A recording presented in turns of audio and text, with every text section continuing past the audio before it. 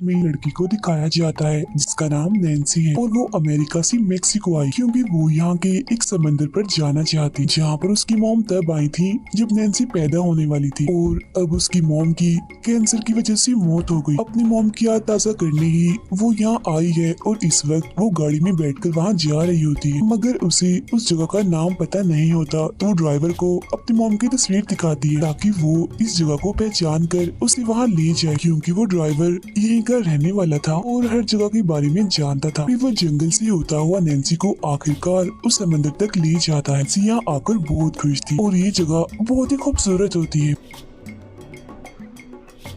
Driver Nancy से पूछता है तुम वापस कैसे जाओगे, जिस पर वो कहती है मैं कोई गाड़ी लेकर चली जाऊंगी और वो उसका शुक्रिया अदा करती है क्योंकि वो ही उसे यहाँ तक लाया था, जिसके बाद वो यहाँ से चला जाता है। ये जगह पूरी तरह सुनसान थी। नैन्सी के अलावा वहाँ समंदर में बस दो ही लोग थे जो सर्फिंग कर रहे। सर्फिंग यानी बोट के जरिए समंदर की ऊंची ऊंची लहरों पर चलना, एंजॉय करना। क्योंकि वो भी यहाँ पर सर्फिंग करने आई थी, इसीलिए वो अपना सर्फ बोर्ड लेकर पानी में चली जाती है। सर्फिंग करने के लिए ऊंची ऊंची लहरों का इंतजार करना होता है और जब नैन्सी इंतजार कर रही थी तो वो दो लड़के जो समंदर में थे उससे बात करने की कोशिश करती है। नैन्सी उन्हें अपने बारे में बताने लगती है कि मैं अमेरिका से हूँ। वो कहते हैं ओह वाओ अच्छी बात है, बट अमेरिकन यहाँ बहुत कमाते हैं। वो उनसे कहती है यहाँ पर कुछ ऐसा है जो मुझे पता होना चाहिए, तो मुझे उसके बारे में बता दो। वो कहते हैं कि समंदर में दो चट्टानें ऐसी हैं जो दिन में एक बार पूरी तरह से पानी में डूब जाती हैं, क्योंकि ऐसा तब होता है जब पानी का लेवल बढ़ता है। अब यहाँ देखते ही देखते समंदर में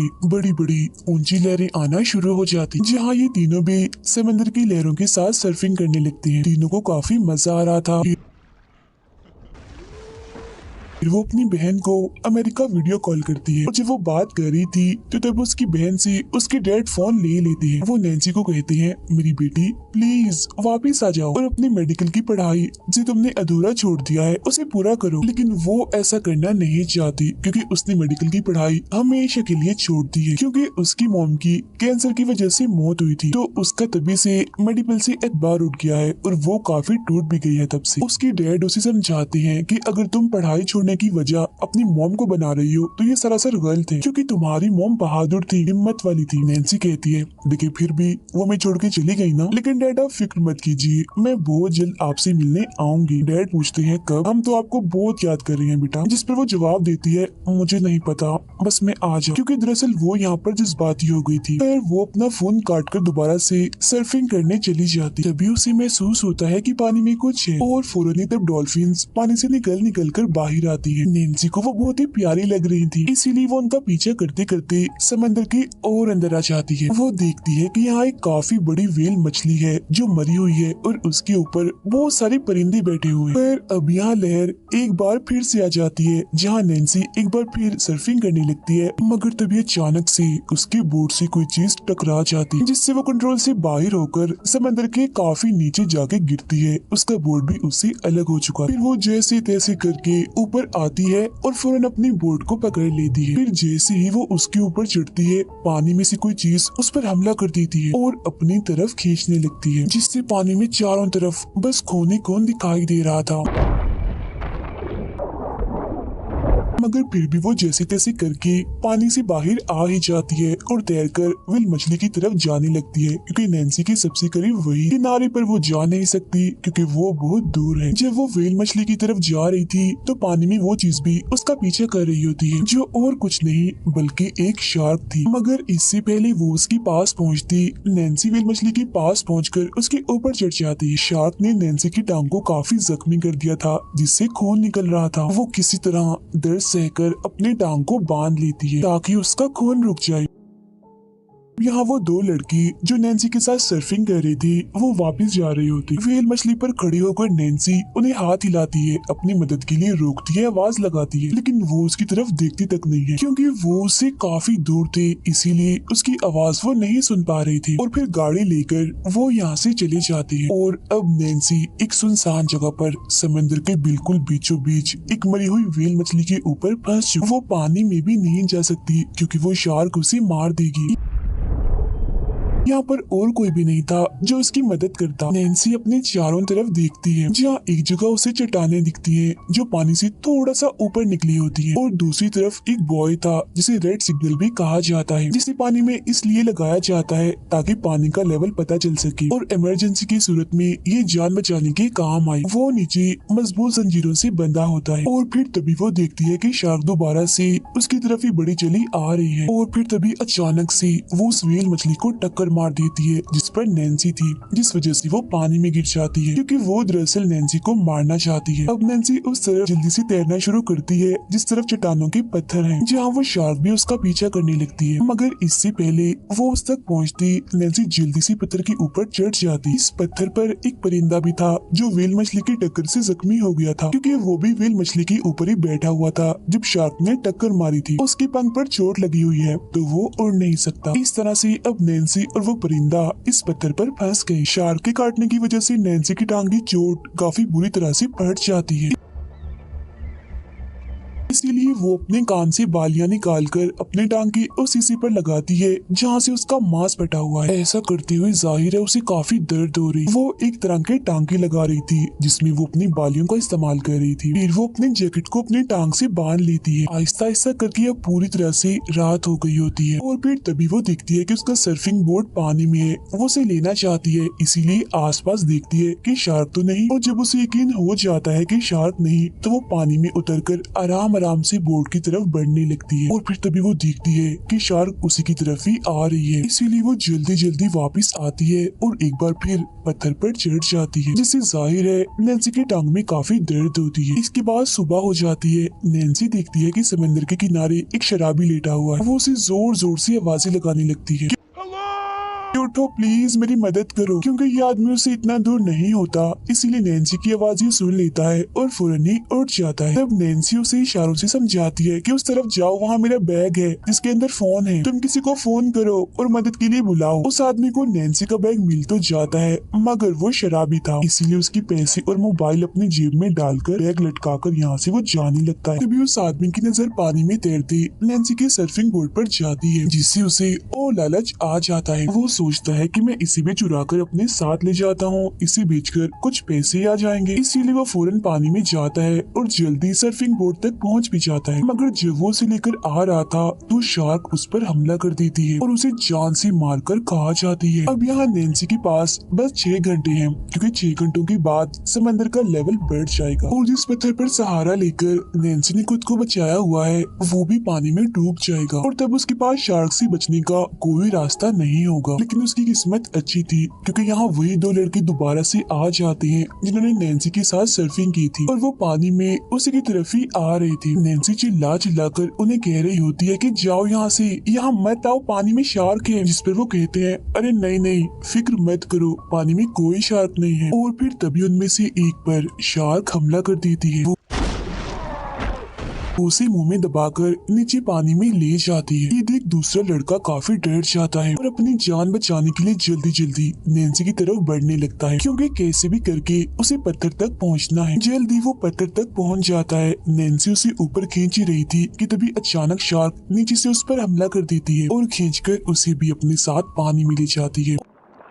और इस तरह से एक उम्मीद जो कुछ वक्त पहले नैन्सी को नजर आई थी वो पूरी तरह से खत्म हो जाती, और अब बस उसके पास सिर्फ आधा घंटा ही बचा था जिसके अंदर अंदर उसे यहाँ से निकलना था, क्योंकि इसके बाद पत्थर पानी में डूब जाए। नैन्सी पानी में शार्क को देख रही थी जो उसी के चारों तरफ चक्कर लगा रही थी। वो देखती है कि अगर मैं पानी में उतरती हूँ तो मेरे पास सिर्फ 30 सेकंड्स होंगे, क्योंकि 30 सेकंड्स के बाद शार्क मुझ तक पहुँच जाएगी।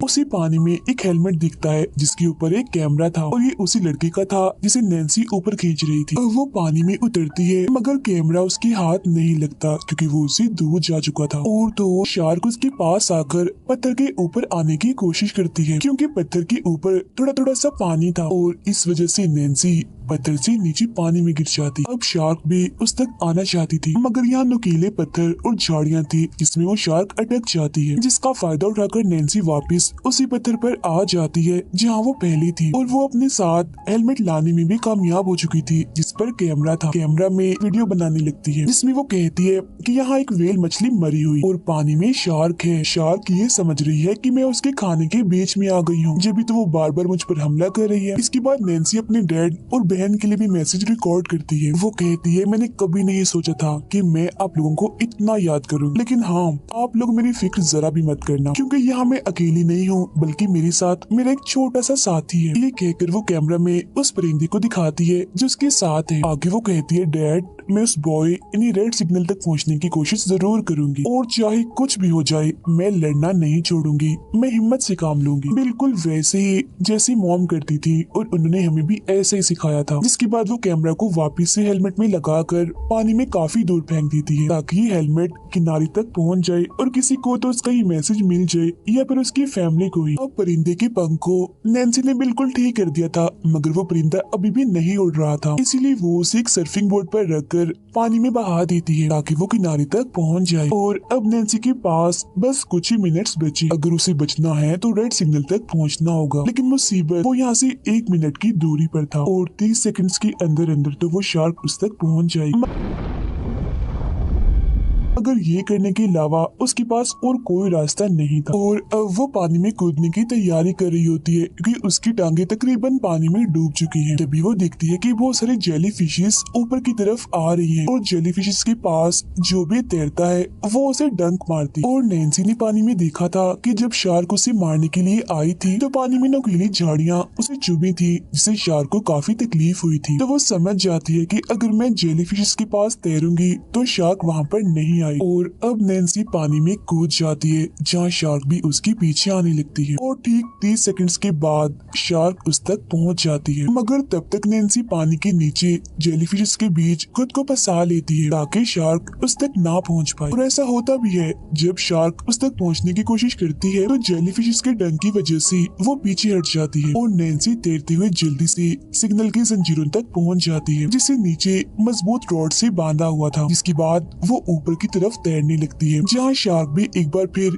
उसके पीछे पड़ जाती है। नैन्सी सिग्नल की सीढ़ियों तक पहुँच गई थी और जब वो जल्दी जल्दी ऊपर चढ़ रही थी तो सीढ़ी की एक रॉड टूट जाती है जिससे नैन्सी जाकर सीधा शार्क के ऊपर गिरती और वो टूटी हुई रॉड जो नैन्सी के हाथ में थी उससे वो शार्क पर हमला करके उसे काफी जख्मी कर देती है और जल्दी से दोबारा सिग्नल के ऊपर चढ़ जाती है। इस बात से शार्क को काफी गुस्सा आ गया था, वो बौखला जाती है, इसीलिए सिग्नल पर हमला कर देती है, जोर जोर से उसे टक्कर मारती। मगर नैन्सी को कुछ नहीं होता क्योंकि वो तो अब सिग्नल के ऊपर थी। अब नैन्सी की किस्मत एक बार फिर उसका साथ देती है क्योंकि पानी में उसे एक शिप दिखाई देती है। वो सिग्नल पर पड़ी एक फ्लेयर गन से उन्हें सिग्नल भेजती है आसमान की तरफ। उस फ्लेयर को चलाती है कि मैं यहाँ हूँ, अभी जिंदा हूँ, मगर कोई फायदा नहीं होता क्योंकि तब तक शिप मुड़ चुकी थी और वो उसकी छोड़ी फ्लेयर को भी नहीं देख पाती। और यहाँ शार्क भी लगातार सिग्नल को टक्कर मारकर उसे गिराने की कोशिश कर रही होती है क्योंकि उसके ऊपर नैन्सी थी इसलिए। तभी वो देखती है कि व्हेल मछली के आसपास बहुत सारा तेल है क्योंकि दरअसल मरी हुई व्हेल मछली के अंदर से तेल निकलता है। और जब शार्क तेल पर से होती हुई नैन्सी की तरफ बढ़ रही थी तो नैन्सी फ्लेयर गन तेल पर चलाती है जिससे वहाँ आग फैलती हुई शार्क को भी लग जाती है और उसका पूरा जिस्म जलने लगता है।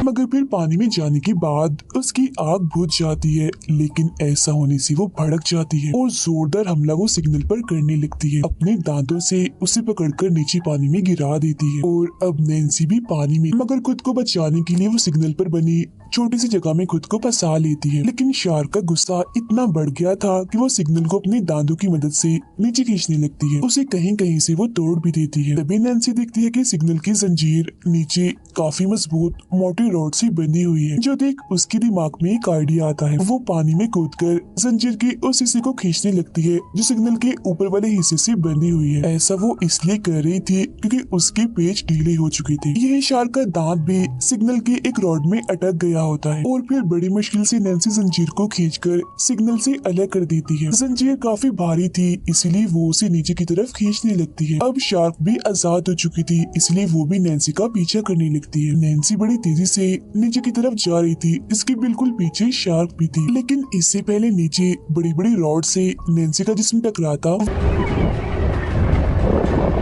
वो वो लोहे की जंजीर को छोड़ देती है और साइड पर हट जाती है, मगर शार्क इतनी जल्दी नहीं मुड़ पाती। इसीलिए लोहे की वो बड़ी बड़ी मजबूत रॉड्स शार्क के अंदर घुसकर उसके जिस्म की आर पार हो जाती है और इस तरह से इस खतरनाक खूंखार शार्क का खात्मा हो जाता है। इसके बाद हम देखते हैं कि नैन्सी समंदर के किनारे पहुंच गई है, जहाँ एक आदमी भी उसे बचाने के लिए पहुंच जाता है, क्योंकि जिस कैमरा में नैन्सी ने मैसेज रिकॉर्ड किया था वो किनारे तक पहुंच गया था और एक बच्चे को मिला था, जिसके बाद वो बच्चा ही अपने डैड को यहाँ तक बुलाकर ले आया। और इस तरह नैन्सी की बहादुरी और उसके ना हारने की जज्बे की वजह से वो इस मुश्किल घड़ी से निकल आती है। इसीलिए हमें भी हमेशा हिम्मत और जज्बे से काम लेना चाहिए, फिर चाहे हमारे ऊपर कितने ही मुश्किल हालात क्यों ना हो। इसी के साथ ये कहानी इधर ही